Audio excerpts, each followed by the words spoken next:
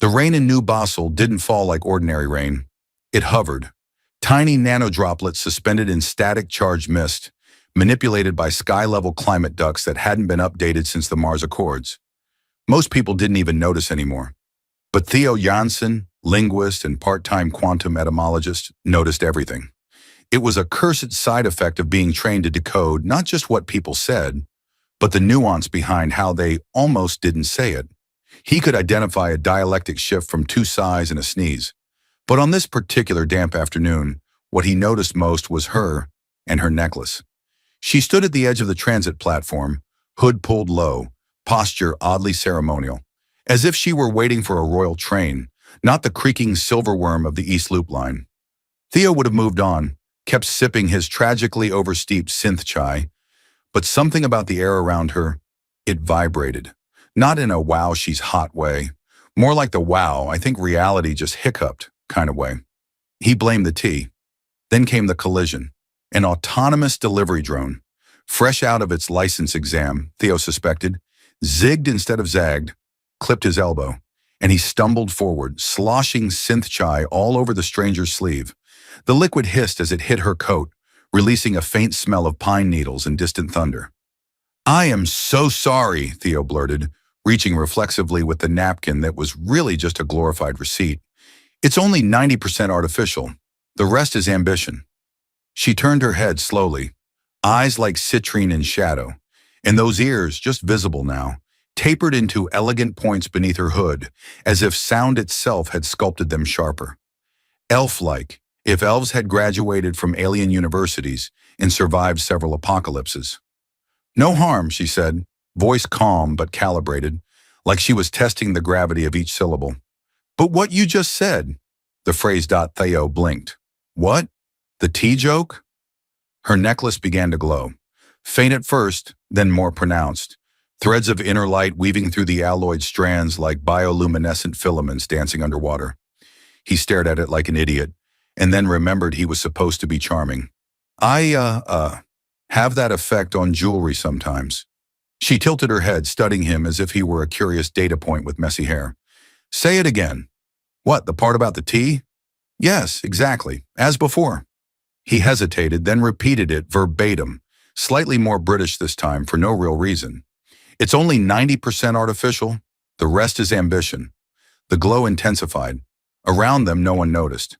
A woman nearby was arguing with her coat's AI assistant about the best sushi within walking range.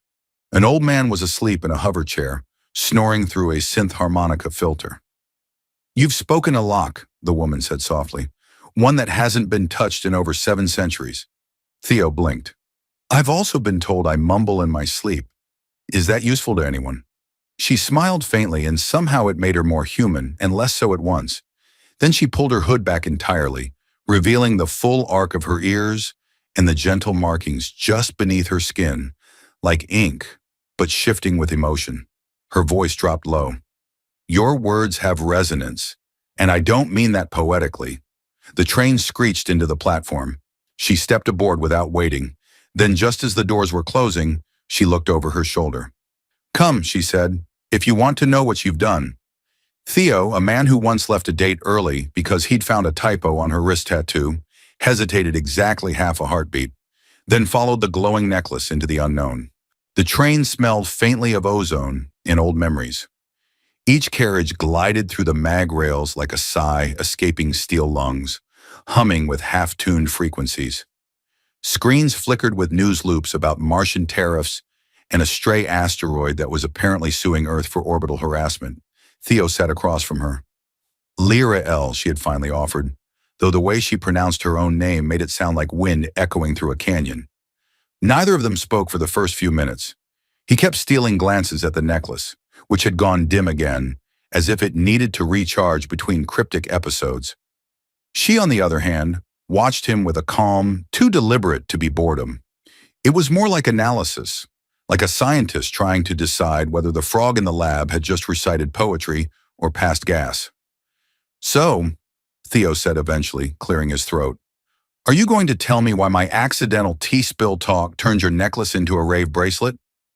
Lirahel didn't blink. "The words you used, the cadence, intonation, breath spacing. They triggered a sequence. A key. Theo blinked. I always suspected I was a key. My therapist said I just needed to find the right lock. I assumed that meant emotional intimacy, not glowing alien jewelry. She allowed the corners of her mouth to twitch upward. Barely. You are not the key, she corrected, but you've said part of one. In the old speech, resonance can lie dormant for centuries, buried in repurposed language, idioms, even sarcasm. Sometimes when it's close enough to the original harmonic pattern, it reacts. Theo stared. So you're telling me I accidentally recited an ancient alien password while apologizing for my clumsiness with artificial tea? Yes. He leaned back, hands behind his head. That has got to be the most Theo thing I've ever done. The train passed through a phase tunnel now, and for a moment the view outside fractured into multi-temporal reflections. Theo caught sight of himself 3 times over. In one, he was bald. In another, bearded and holding a baby octopus. In the third, just on fire. He looked away. I'm still not clear on what exactly I unlocked, he said. Was it your necklace? Your brain? Some kind of hidden memory? Or did I just say something embarrassing in your language? Lirahel's gaze didn't waver. You spoke part of the Song of Arrival. A code embedded in relics like this, she tapped the necklace, to guard what remains of my people's truth. You shouldn't be able to speak it. No surface dweller should. Well, surprise. I'm fluent in nonsense and bad timing. Maybe that helped. She exhaled slowly. I need to hear more. There may be other patterns, dormant phrases. We'll test your speech for resonance echoes. Theo frowned. Test my speech? I'm not sure how comfortable I am with that. The last time someone asked me to talk a lot in a room, it was a terrible date, and she ended up live streaming it as an example of modern male delusion. I won't stream it, Lirel promised, with a very unconvincing deadpan. You are joking, he said, squinting. That was a joke, right? Her silence could have been playful or deeply ominous. The train slowed as it approached the Sky Bridge station overlooking the river grid. Beneath them, boats of data harvesters and algae farmers drifted between glowing tendrils of artificial kelp. A billboard flickered overhead with the slogan, Feel safer, upgrade your brain today. Lirael stood. Come, there is a place we can go. Somewhere the world forgot to update? Theo rose reluctantly. Are you always this mysterious, or is it just me? She glanced back. Only when the fate of a language, and possibly the planet, is involved. Great, I'll bring snacks, he muttered. As they stepped off the train, Theo had the unsettling feeling that, despite his jokes, something vast had already started to unfold, and his words somehow were unraveling it. The rooftop of the observatory loomed like a forgotten relic from a time when people still looked up with curiosity rather than dread. Set atop one of New Basel's decommissioned climate towers, the structure was wrapped in vines that pulsed faintly with bioluminescent veins, courtesy of a rogue botanist movement from the 40s that believed flora should have nightlife too. The dome itself was cracked but still dignified, its alloy ribs humming faintly with the echo of starlight, as though the whole building remembered what it once watched. Lirahel led Theo up the narrow spiral staircase without saying a word, except when she paused halfway to mutter, This place smells like burnt magnets and disappointment. Perfect. Just like my last lab, Theo replied, panting. Minus the magnets. And the prestige. Inside, the observatory was colder, quieter, and much stranger. Holographic constellations flickered along the high ceiling in an old-school attempt at realism, but several stars blinked in the wrong tempo. Theo guessed they'd been hacked by either children or poets. Scattered across the floor were ancient metal orbs, cracked visors and data scrolls etched into thin wafers of obsidian, humming ever so faintly in the presence of their new guests. You know, Theo said as he stepped around a rusted star map shaped like a 12-legged spider, this place has the exact vibe of somewhere you either discover buried secrets or get eaten by said secrets. Only one of those things will happen, Lirael replied. He squinted. Are you trying to be ominous, or is that just your resting tone? She ignored him, walking to a raised plinth at the center of the dome.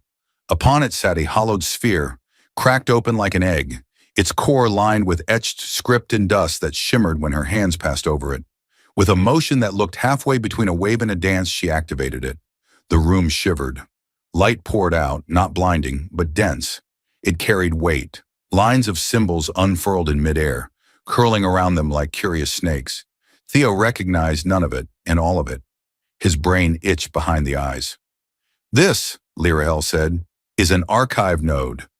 It holds fragments of our memory, encoded in resonance patterns, waiting for the right voice to unlock." Theo raised a hand. "Okay, I just want to point out that I study Dead Earth languages. Latin, pre-Quake Farsi, a bit of 90s internet slang. I'm not exactly trained for alien memory karaoke." "You don't need to be," she said, motioning him closer. "You've already spoken one key. That suggests imprinting, possibly bloodline-based, possibly accident, possibly both." "Oh, good," he muttered. "Just the kind of lineage that gets you cursed in every story." The floating glyphs flared as Theo stepped forward. One peeled away from the others, hovered inches from his face, and then whispered. Not a sound, not a voice, a memory. A voice he didn't know, but that sounded like it had always been there. He repeated it. The necklace flashed. The room changed. Suddenly they stood not in a dome, but in a vision cast around them. An ancient city carved into stone and sky, with towers that curled like seashells and walked like animals. Roads shimmered as they moved, adapting to footfall. And above it all, a massive structure shaped like a tuning fork pointed toward the stars. Theo gasped. "Is this—" "This was Vel Surin," Lirahel whispered. "Our capital, before the collapse." He turned, noticing now her expression wasn't awe, but mourning. "What happened?" he asked quietly. "We tried to save something too large to carry and too dangerous to leave behind. So we buried it, fragmented it, locked it in resonance, and told ourselves it was gone." Theo looked at her. "And now?" "You're the echo," she said, looking at the necklace. "And the echo has returned." Behind them, the vision flickered. A static crackle rose. Then a new voice, not Lirael's, not Theo's, spoke from the glowing air. "Signal received, resonation confirmed, proximity lock initiated." Theo blinked. "Okay, I vote we unplug the nostalgia projector. Now." They ran, not dramatically, more like two people suddenly aware that their nostalgic space memory slideshow might have just called Galactic customer support by accident. Lirael moved with inhuman efficiency, barely touching the spiraling steps as she descended. Theo, on the other hand, looked like a man trying to escape both danger and a fitness class he never signed up for. Outside, Nubasil's evening had turned blue and sharp, the skyline flickering with the occasional atmospheric glitch. Side effects from the city's half-functional weather algorithms. Above, orbital drones blinked in lazy constellations, indifferent to the ancient resonance being stirred beneath them. They ducked into an alley lit only by the erratic buzz of a derelict vending unit selling hugs now with protein and caffeinated soup. Theo leaned against it, panting. "So, we activated something, and now something knows. Classic first date." Lirael scanned the sky with narrowed eyes. It wasn't meant to send anything yet. The archive node must have been compromised. Fragmented resonance sequences are like live circuits. Too many connections and you risk attracting. She didn't finish the sentence. Instead, she tapped the side of her wrist. Her skin shimmered briefly, revealing a subdermal interface. A flick of her finger brought up a translucent map filled with coordinates, shifting runes, and one blinking dot rapidly closing in. Theo pointed. "I assume that's not a pizza delivery." She shook her head. "We need the codex core. The necklace was only one piece. Without the core, we're speaking riddles to a system that might think we're threats. Or food." That escalated weirdly fast.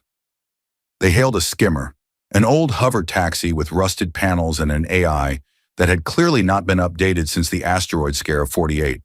The interior smelled like licorice and conspiracy theories. As they buckled in, the AI chirped, "Welcome aboard. Please scream quietly. Destination?" Underground Sector 11-7, Lirahel ordered. The taxi hesitated. That zone is marked as unmaintained and possibly haunted. Proceed anyway? Yes, Theo sighed. Every part of this is why my mother told me not to follow mysterious women with glowing necklaces. The skimmer shot forward, leaving the neon behind for the shadows between sectors. As they passed under the broken ribs of old satellite farms and scaffolds left by forgotten real estate ambitions, Theo studied Lirahel's profile. Can I ask a question? No. I'm asking anyway, he said. Why me? Why now? If this language, this resonance, has been dormant for centuries, why does a linguist with chronic overthinking syndrome accidentally unlock it? Lirahel didn't look at him.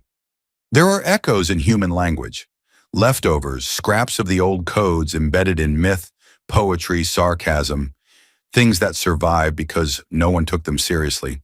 But certain patterns carry weight, frequency, form.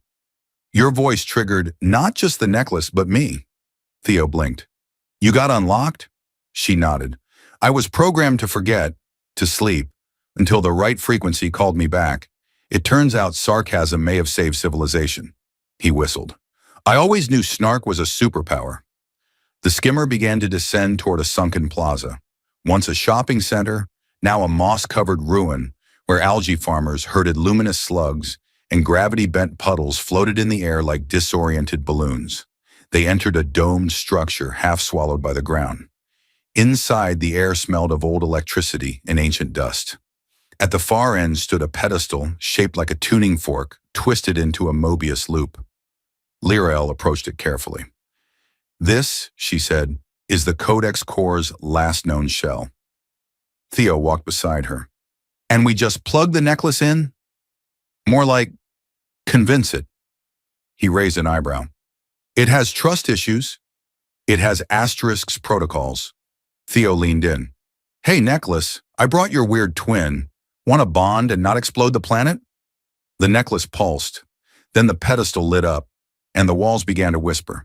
The whispers weren't words, at least not at first.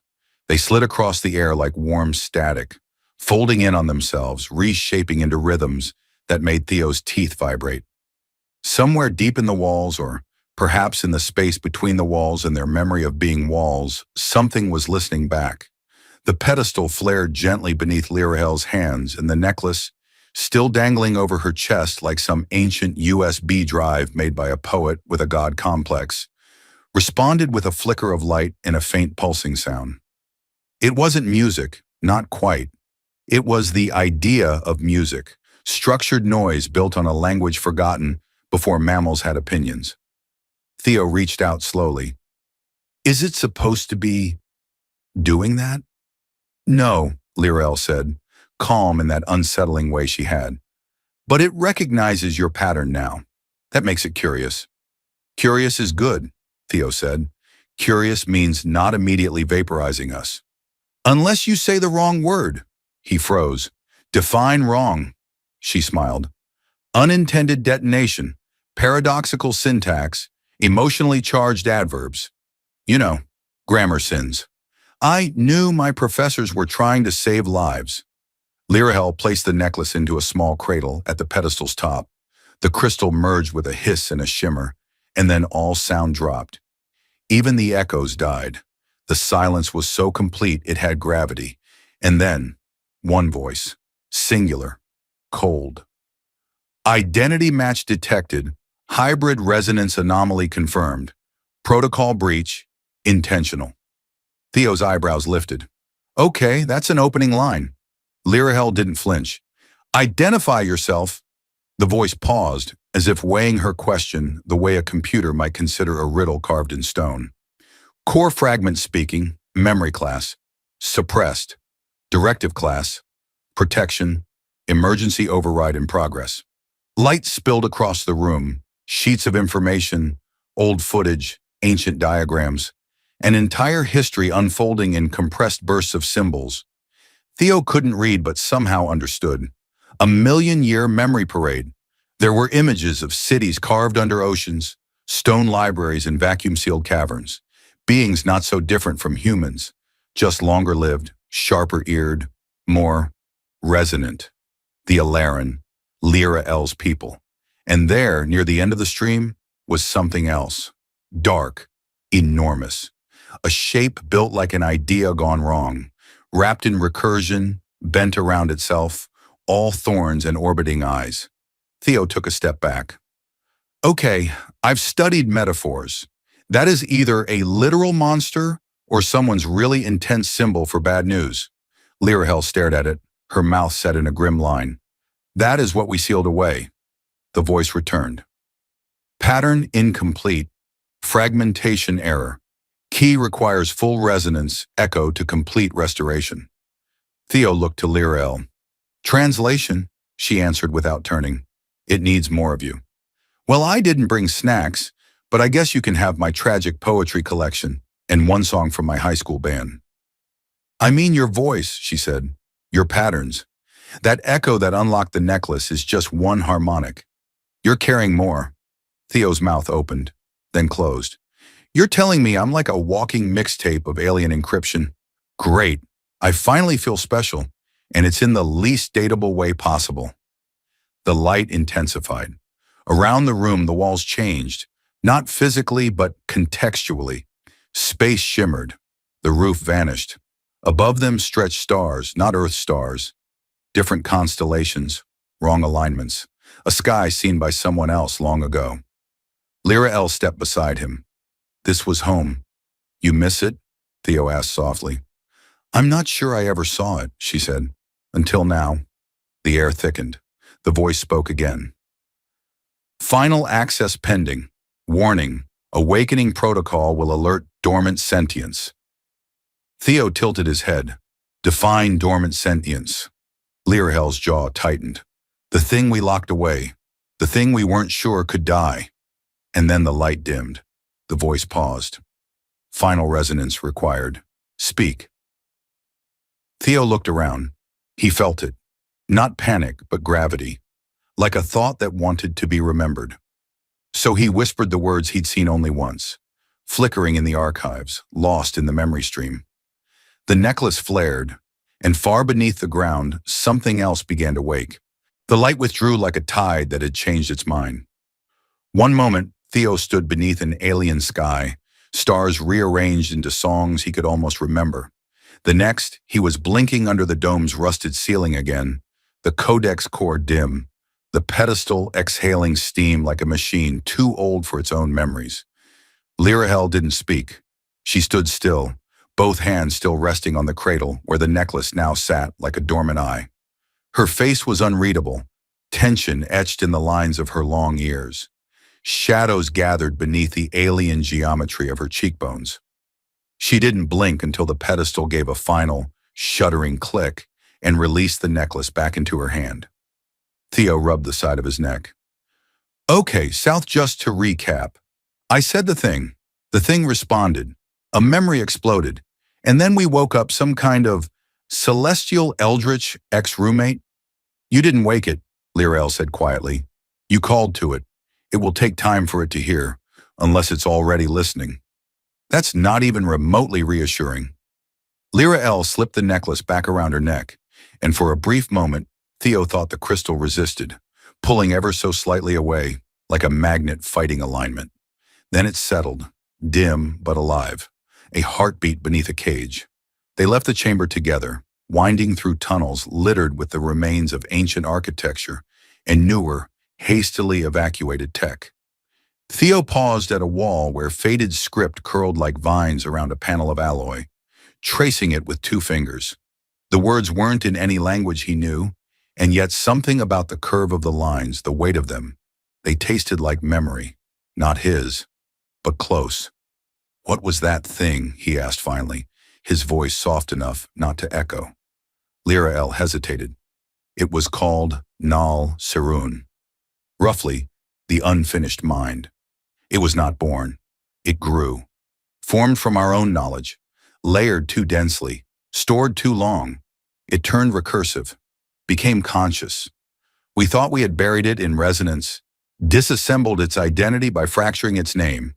But names remember themselves. Theo blinked. So you accidentally built a sentient concept? We accidentally fed one, she corrected. Ideas want to survive, especially powerful ones. It became hungry for patterns, for meaning, for minds. That is impressively horrifying, and also exactly what happened to my thesis on comparative syntax. She gave him a look, somewhere between amusement and dread.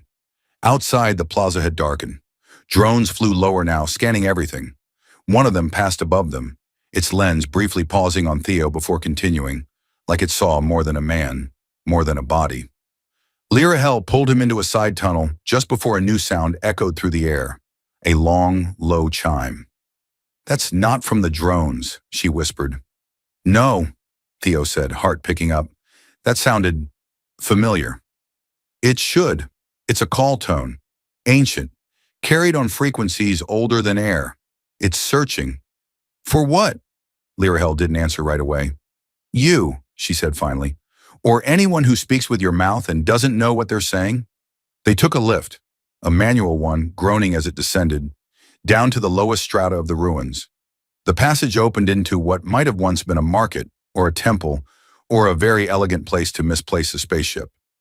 Light danced along the ceiling from forgotten crystals, embedded like fossils.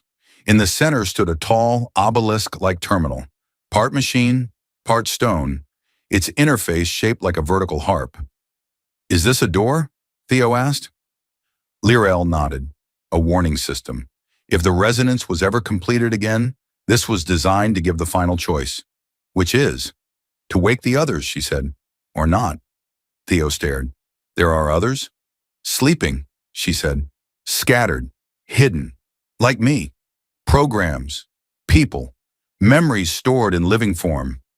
You weren't meant to find me, but now that you have... The terminal lit up. Slowly. Deliberately. It recognized his voice print. It began to hum, and somewhere far below them, a second hum answered. The hum deepened into something that wasn't quite sound. It was a pressure in the bones, a vibration of meaning itself. Theo stood before the obelisk as it shimmered with concentric rings of light, each one blooming outward like the ripples of a forgotten thought returning to the surface. The harp-shaped interface reached out, not physically, but perceptually. The air around it bent in invitation, or maybe expectation. Lirahel stood beside him, hands clasped behind her back, shoulders squared. She didn't speak, didn't have to. There was nothing left to explain. They both knew what the next step meant. It's funny, Theo said quietly. I thought unlocking ancient alien secrets would feel more adventurous, like a puzzle. Instead, it feels like a mirror. You are the puzzle, she said. The mirror, too. He smiled lopsided. And here I thought I was just a linguist with commitment issues and a talent for spilling tea. The obelisk pulsed at the word *T*, a reminder of where it began, of how small the first step had been, a joke, a phrase, a resonance, and how large it had grown. Behind them the sky trembled faintly. From this depth it came filtered through layers of city and ancient ruins, but the pulse was unmistakable. Nal Sirun had heard. Whether it understood yet was unclear, but it was no longer asleep. Other frequencies, like voices murmuring through metal, whispered in return. The buried ones, the scattered echoes, the other Alaran watchers. The choice had rippled outward. The terminal awaited his voice. Theo closed his eyes. No scripts, no translation engines, no antique glossaries, just breathe. Memory. 1,000 misheard metaphors, 1,000 awkward sentences layered with unintentional truth. And then he spoke. Not a single phrase, but a cascade. Sentences shaped by instinct, rhythm, and empathy. Lirahel joined him after a breath, her tones countering and completing his, their voices weaving the final sequence together. The light from the obelisk swelled, then folded in on itself like a collapsing star. The vibration vanished, and then the silence was clean. Not empty, finished. The air shifted. Something deep below stilled. The ancient mind, Nal Sirun, had heard the call, but not the command, because what Theo and Lirahel had offered wasn't a password. It was a choice. Not a summoning, a story, one with an ending, and it had chosen to listen, not wake. Later they stood above ground. The plaza had returned to its slow decay, moss creeping across stone like nature, rewriting old sentences. Drones still hummed overhead, oblivious to what had been narrowly avoided below their lenses. The city continued as cities always did, unaware of the ancient truths it paved over. Lyra Hell watched the skyline, the wind tugging at her coat, the necklace now dark but warm against her chest. The watchers will return. Quietly, the buried ones will begin to dream again, but not to wake. Not yet. You've given them more time. Theo nodded, kicking at a stone that made a very undramatic plunk in a puddle. Time is good. Maybe we can use it to fix a few things. You're one of them now, you know, he snorted. I don't even know what that means. You spoke the song. You carried the echo. You made the choice. He looked at her, then at the city. I guess I'm more than just tea and sarcasm after all. She smiled. Mostly sarcasm. They walked in silence for a while. Theo finally broke it. So now what? Do I get a badge? A glowing tattoo? A secret handshake with a planet? You get a life, she said. One you understand more deeply now. One shaped by resonance. Every word you speak carries weight. Every silence, too. He nodded. It felt right. Then he glanced at her. And if I ever accidentally say another ancient alien key phrase? She raised an eyebrow.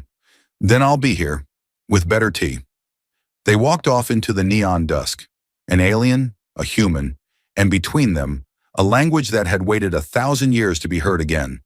Not magic, not prophecy, just the right words spoken at last.